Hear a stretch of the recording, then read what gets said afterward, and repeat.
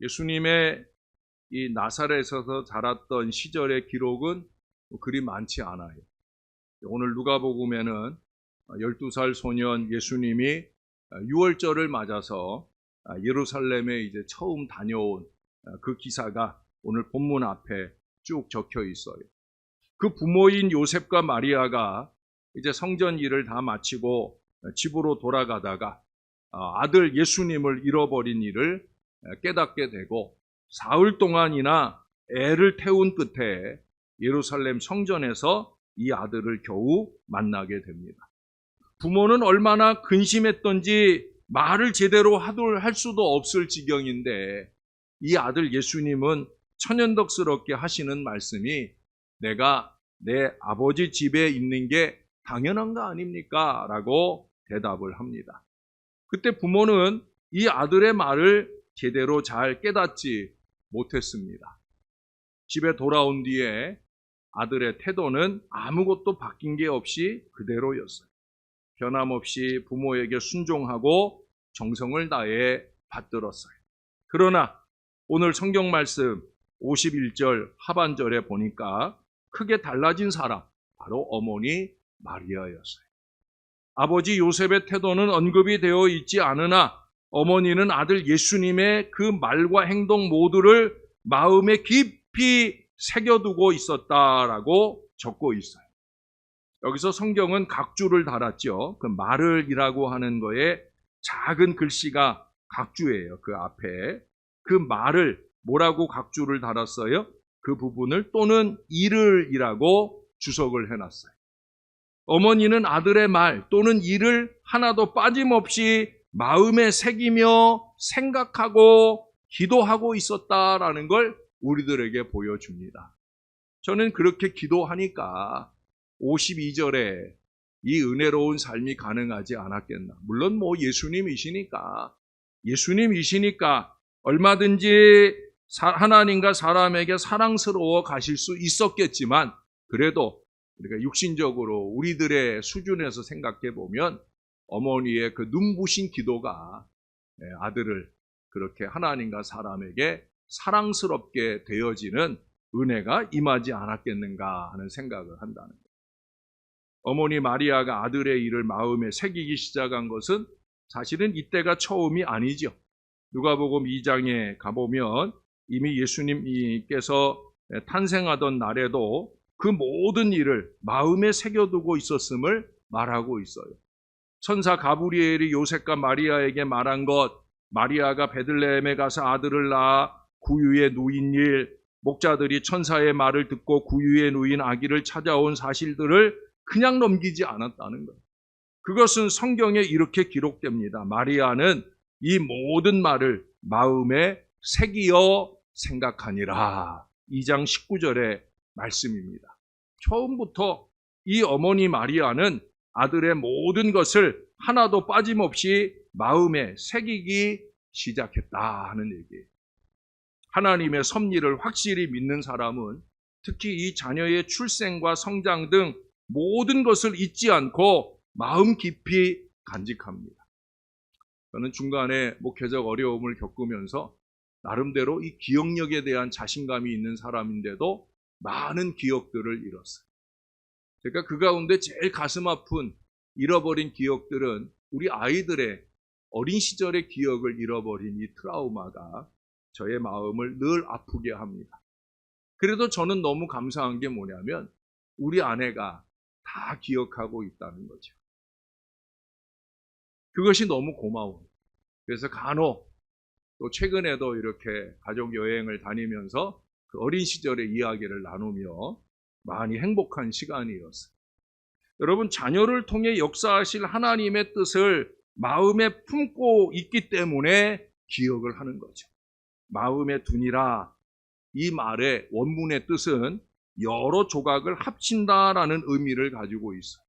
다시 말해 어머니 마리아는 아들 그리스도의 일을 부분적으로 어느 한 부분만 생각한 것이 아니라 모든 부분을 전체적으로 파악하려고 애썼다라고 하는 거예요. 신앙적이고 현명한 어버이는 자녀의 각 부분에서 나타나는 뜻을 하나님 앞에서 모두 합쳐 생각하고 파악하고 기도하는 것, 그것이 마땅한 거죠. 일찍이 구약 시대에도 이런 일들이 많았잖아요. 주중에도 말씀드렸지만 야곱의 아들 요셉에게서 하나님의 뜻이 이루어질 것을 그 야곱은 믿고 있어요. 그래서 요셉이 꿈을 꾸고 그 이야기로 인해 형들로부터 미움을 받는 것을 보면서도 그 아들의 말을 마음에 깊이 새겼다. 여러분, 창세기 37장 11절은 이렇게 적고 있어요. 그의 형들은 시기하되 그의 아버지는 그 말을 간직해 두었더라. 이 말을 아들의 이 비전 미래를 위해서 열심히 기도하는 아버지가 되었다는 얘기죠. 이러한 부모의 마음이 이스라엘 백성, 팔레스타인 전 지역을 구하는 요셉의 신앙적 바탕이 되었다 하는 거예요. 아주 중요한 거죠. 또한 사무엘의 어머니인 한나는 아들의 평생을 하나님께 드리겠다고 맹세하고 그 후로부터 하나님의 집에서 자라나는 그 아들을 위해 한시도 기도를 쉰 적이 없었음을 보여줍니다. 경건한 어머니는 아들의 모든 것을 마음에 둔 채 하나님의 크신 뜻을 파악하려고 애썼고, 아들 사무엘은 선지자로서의 그 사명을 수행하는 데 있어 이 어머니의 눈부신 기도라는 이 큰 도움을 받을 수 있었다는 거예요. 우리가 자녀를 위해 할 수 있는 최선의 도움은 자식의 모든 일들을 마음에 두고 열심히 있게 기도하는 거예요.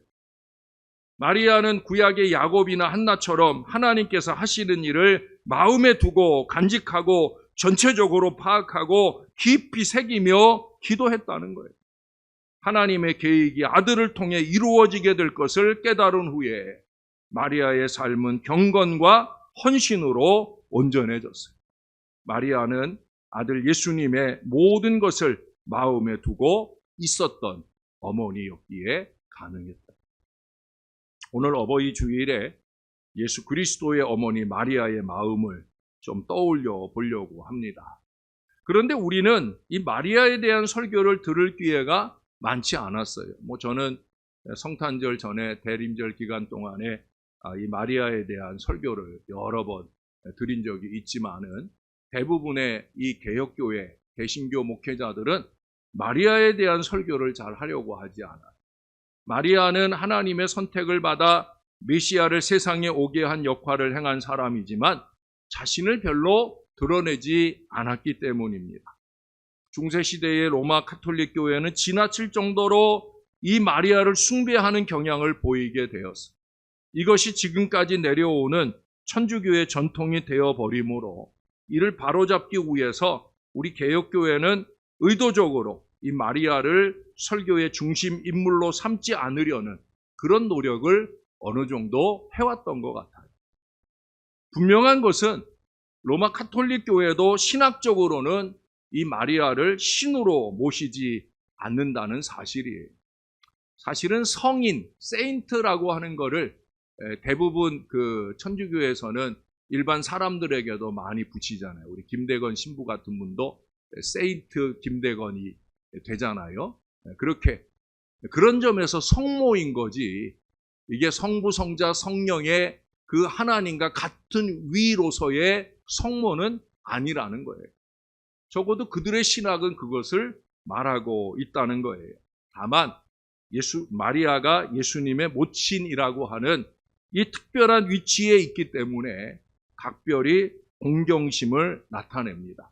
그러나 일부 신도들은 그것을 알지 못하기에 성모 마리아라고 하면서 신처럼 섬기게 되는 거죠. 천주교 교리는 마리아의 역할이 중재자라고 되어 있어요. 하나님 앞에서 우리 크리스찬들을 위해 간청하는 중개자, 곧 매개자라고 합니다. 그래서 그들은 기도할 때도 안타깝게 저희를 위하여 빌어주소서.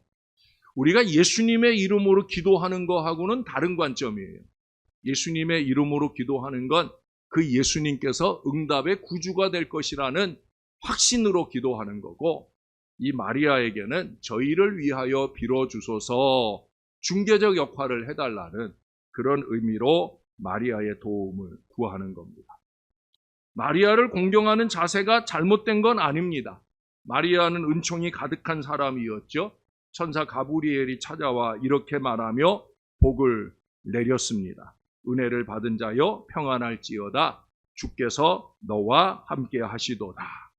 또 세례 요한의 어머니 엘리사벳은 마리아에게 내 주의 어머니라고 부르면서 여자 중에 내가 복이 있으며 내 태중의 아이도 복이 있다라고 축복을 했어요. 마리아 자신도 하나님께 아뢰기를 그의 여종의 비천함을 돌아보셨음이라. 보라, 이제 후로는 만세에 나를 복이 있다 일컬으리로다 하는 찬송을 올려드렸어요. 당연히 믿음의 어머니로서 공경의 대상이 될 만한 그런 여인입니다. 하지만 지나친 공경은 숭배가 된다는 점을 잊지 말아야 됩니다. 특히도 카톨릭 교회에는 이 마리아 상이 많고 거기에 기도하는 신도의 모습을 흔히 볼 수가 있어요. 성경은 어디에서도 마리아를 숭배의 대상으로 가르치지 않아요. 성결하게 예수님을 낳고 기르며 믿음의 본을 보여준 그 어머니로서만 기억하는 것이 옳습니다. 저는 오늘 그 어머니 얘기를 하는 거예요. 그 어머니는 십자가 아래서 아들 예수의 영혼이 떠나가는 장면을 지켜보았습니다. 어머니의 마음이죠. 인간으로서 아픈 마음을 어떻게 표현할 수 있겠습니까? 자기보다 먼저 가는 자식을 보는 그 부모의 마음, 그건 누구도 말로 대신할 수 없는 아픈 마음이죠. 중세의 거장 미켈란젤로는 그래서 이 어머니 마리아가 느꼈을 그 비탄의 심정을 조각으로 새겨서 오늘날까지 세상에 전해주고 있어요. 우리도 잘 아는 피에타, 말하기 전에 벌써 띄워버렸는데 이게 피에타라는 조각입니다. 미켈란젤로의 작품입니다. 좀 더 이렇게 환상적으로 보이기 위해 조명빨도 잘 세워놨는데 성 베드로 성당을 들어가면 오른편으로 이 피에타가 전시되어 있어요. 그 앞에 얼마나 사람들이, 여기 머리 보이죠? 이게 제가 찍은 사진인데 얼마나 사람들이 아주 그냥 많이 모여 있는지 몰라요. 아마 의도적으로 그 성전을 들어서자마자 제일 먼저 볼 수 있도록 배치를 해놓은 것 같고요. 그래서 이 부분에 처음 은혜를 깊이 받고 들어갑니다. 어머니 때문에 은혜 받는 건 아니죠. 저희는 그 어머니의 품에 누워 계신 우리 예수님의 죽음을 보며 은혜를 받게 되는 거죠. 피에타라고 하는 이 말은 비탄, 곧 슬픔이라는 말이고요. 십자가에서 죽은 그 아들을 끌어안은 이 마리아의 비탄을 담아 형상화하고 있어요. 자녀의 모든 것을 마음에 두었던 어머니는 그 비탄 속에서도 하나님께 자신의 온 마음을 바치게 됩니다. 이정은 작가가 쓴 피에타라는 소설 작품이 있어요.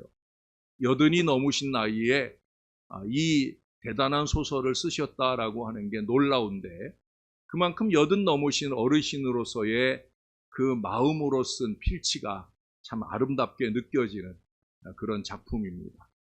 마리아의 슬픔을 쓴 것은 아니에요. 피에타라고 이름을 지었다고 해서 마리아에 대한 얘기를 쓴 것이 아니라 이 시대에 우리 곁에 살아가는 평범한 어머니의 기도와 고뇌, 다시 말하면 어머니라는 존재에 십자가가 있다는 그 삶의 이야기를 적어줍니다.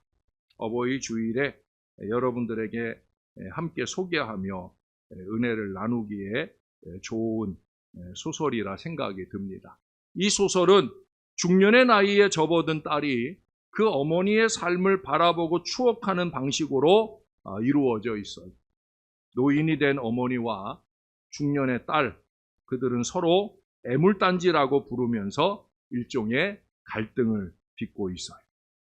어머니는 시골에 살면서 작은 집을 유지할 돈이 항상 부족해서 힘겨워하셔요.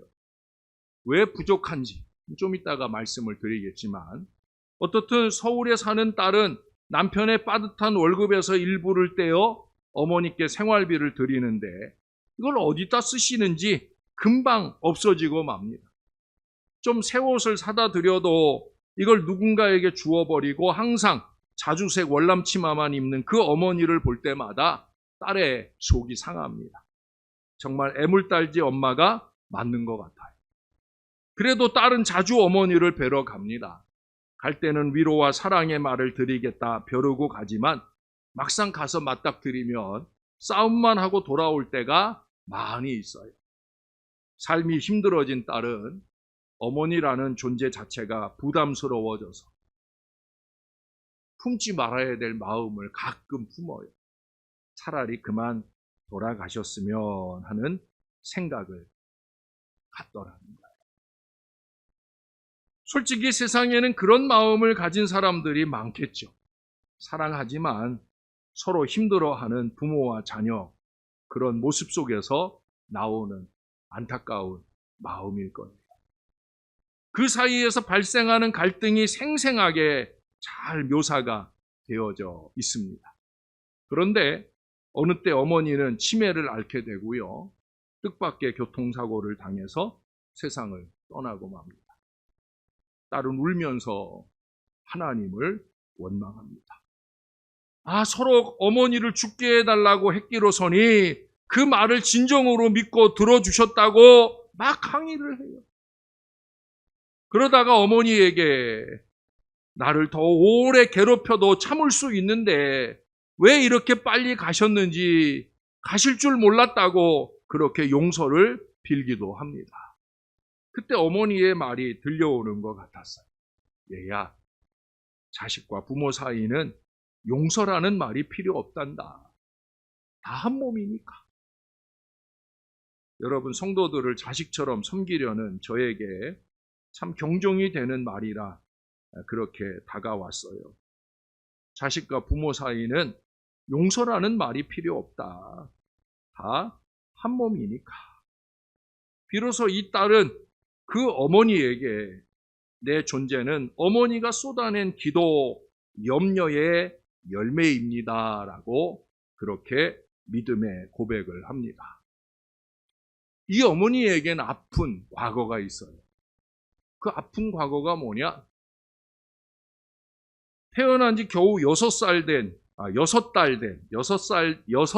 된 어린 생명을 실수로 잃어버린 상처가 있어요. 옛날엔 약이 귀하다 보니까. 글쎄 모르겠어요. 그 충치를 치료하느라고 왜 그 독약을 조제받아 갖고 있었는지는 모르는데 소설엔 그렇게 써 있어요.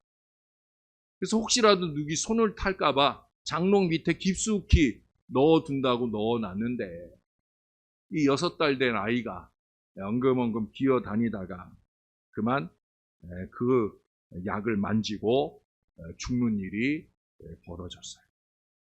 온 가족은 하나님을 향해 원망과 분노를 쏟아냈고 어머니는 죽음의 유혹까지 느꼈습니다. 어머니는 자신이 직접 십자가를 만들어 마치 거기에 스스로 매달리는 듯한 그런 태도를 보였어요. 갈 데가 교회밖에 없었고 그곳에서만 숨을 쉴 수 있었습니다. 그리고 이제 남편까지 세상을 떠나자 어머니의 삶은 완전히 바뀌었어요. 어머니는 자신이 죄인이라고 자책하면서 생명이 있는 한 남에게 베푸는 삶만이 속죄의 길이라는 걸 믿게 됩니다. 이게 그저 위선과 신용으로 남에게 보이자고 선을 베푸는 게 아니라 죗값을 치른다 하는 마음으로 그렇게 적극적으로 선행을 하는 거예요. 작은 시골집에 어려운 사람이나 연고가 없는 사람들을 데려와 정성껏 보살피기 시작합니다. 그러나 그 사람들은 대체로 피해의식이 강해 고마움은커녕 선의를 왜곡하는 경우도 많았습니다마는 어머니의 사랑의 섬김은 여전하더라는 거예요. 딸은 그것이 늘 불만이었어요. 심지어 어느 때는 어머니의 무릎에 안겨 무언가를 먹고 있는 남자를 발견하고 어머니를 의심하기도 했어요.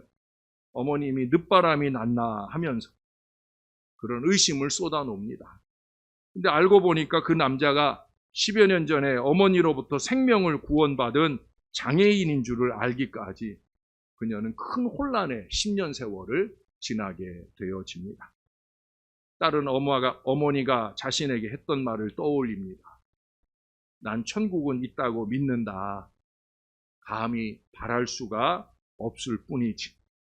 바라는 것 자체가 욕심이어서 그렇지.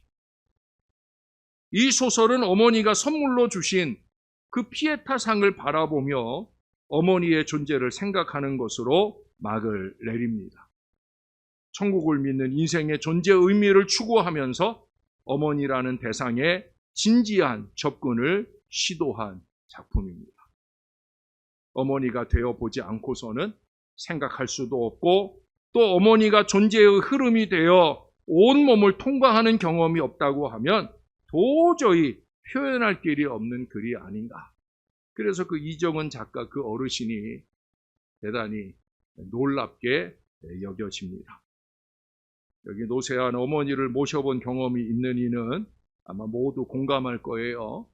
어머니를 사랑하면서도 작은 일에 서운하고 또 서로 갈등을 빚기도 하고 그러다가 곧 후회하고 죄송하고 심지어 언제 세상을 떠나실까 생각하다가 죄책감으로 하나님 앞에서 회개하는 그런 일들이 반복되곤 합니다. 세상에서 그런 감정을 갖고 나눌 수 있는 사람은 사실 어머니밖에 없죠. 나의 태어남과 자라남 그리고 기쁨과 고통을 포함한 모든 것을 하나도 빠짐없이 마음에 새겨두고 있는 존재가 곧 어머니이십니다. 하나님께서 그렇게 만드셨고요. 우리 주님의 모친인 마리아가 그것을 그대로 증명해 줍니다. 더군다나 신앙을 가진 어머니라면 나를 위한 기도가 나보다 더 많고 깊었으며 나의 고통을 나보다 더 아파했다라는 사실을 우리는 잊지 말아야 됩니다. 어머니라는 이 존재는 내 모든 것을 마음에 두고 있는 유일한 사람이신 거죠. 그러므로 부모를 공경하지 않는다는 건 나 자신의 마음이 파괴되었다라는 의미와 같아요. 내 마음을 두었던 그 근본의 자리를 부정하고 소홀히 여긴다면 그 결과는 어떻게 되겠습니까? 세상이 정상을 유지할 수 없을 거예요. 하나님의 질서가 무너지면 말세가 오는 거죠. 바울은 디모데후서 3장 1절 이하에 이렇게 말합니다. 너는 이것을 알라. 말세에 고통하는 때가 이르러 사람들이 자기를 사랑하며 돈을 사랑하며 자랑하며 교만하며 비방하며 부모를 거역하며 감사하지 아니하며 거룩하지 아니하며. 그렇습니다.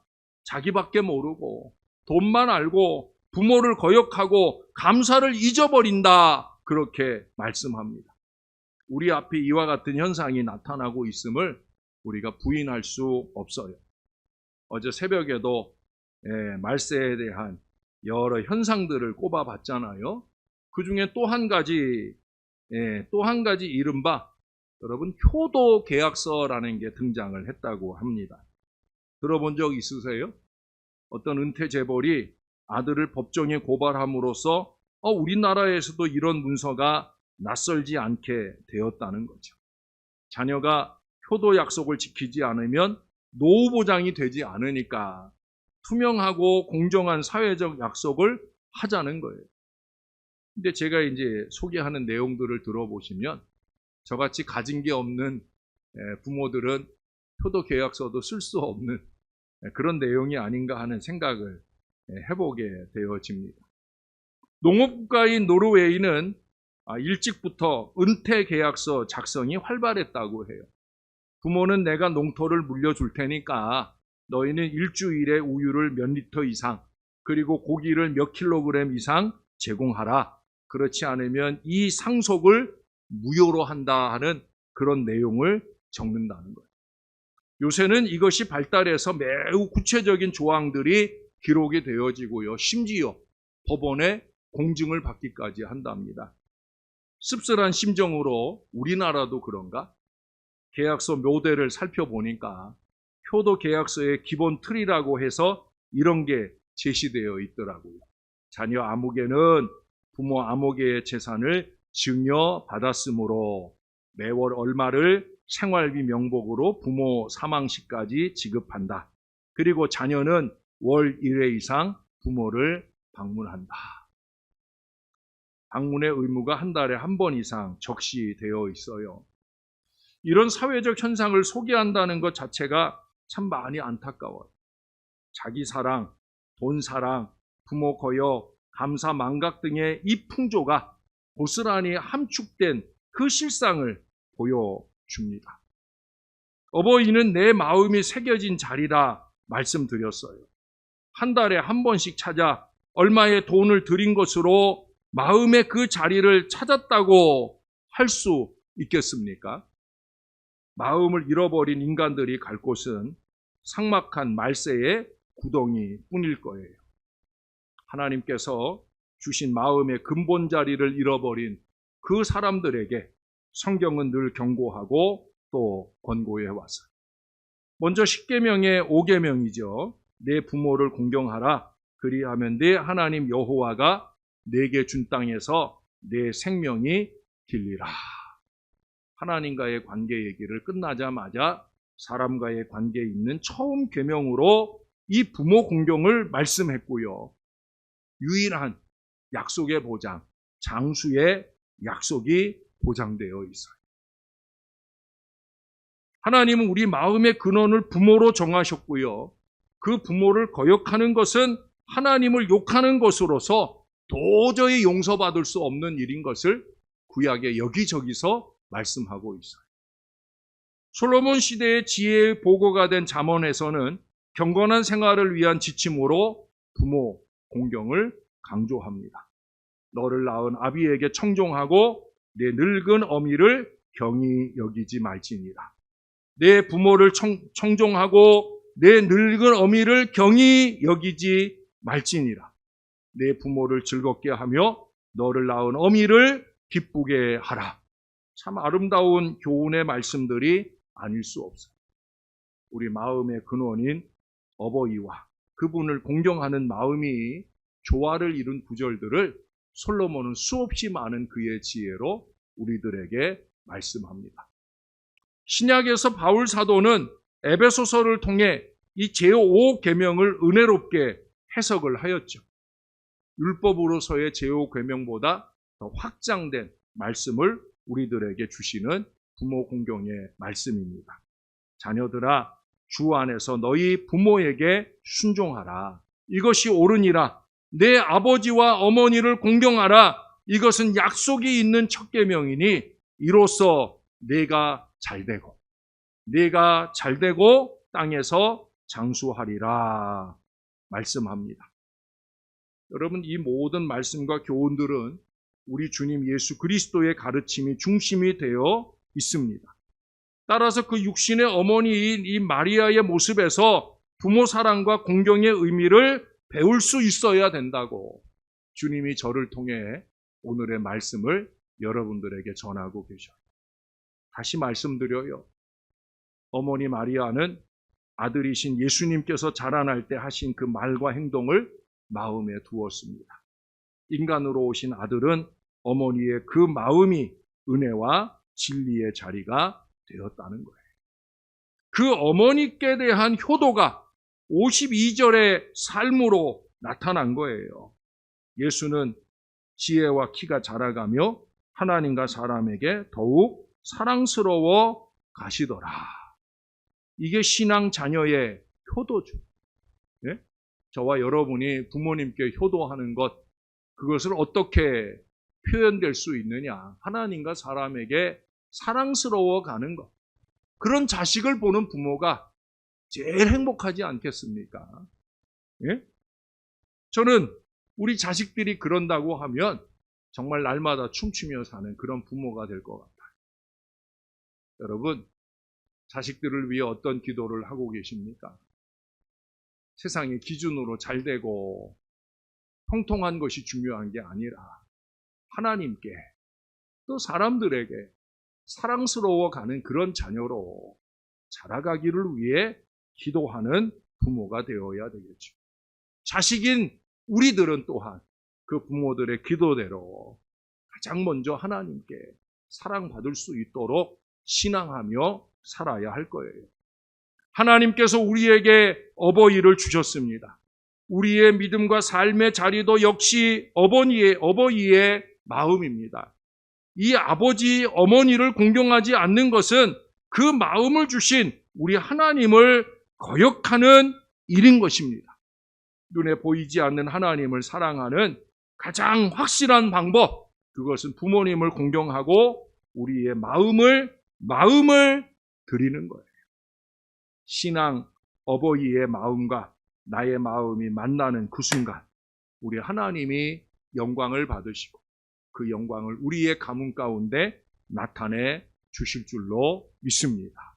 이 영광 가득한 저와 여러분, 우리 모두의 가정이 다 되시기를, 가정에다 5월 특별히 어버이 주일에 우리 주님의 이름으로 간절히 축원합니다.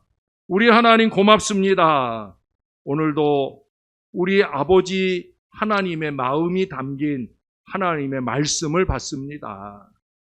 우리 부족한 인생들이 우리의 인생을 살아오는 모든 여정 동안에 우리의 말과 행동을 마음에 담아두고 열심 있게 하나님께 무릎 꿇으셨던 우리 부모님의 사랑을 다시 한번 새기면서 우리가 부모님들의 그 기도대로 하나님과 사람들에게 사랑받을 줄 아는 믿음의 자손들로 자라고 부모된 우리들이 또한 우리 자녀들의 미래 다른 어떤 것보다 하나님께 우선적으로 사랑받는 자녀들 될 수 있도록 더 열심히 기도하는 우리 모두가 되게 하여 주옵소서. 우리의 가문들이 하나님을 공경하고 부모를 공경하고 자식을 사랑하는 행복한 가정들로 세워 주시옵소서. 감사합니다. 예수님 이름으로 기도합니다. 아멘.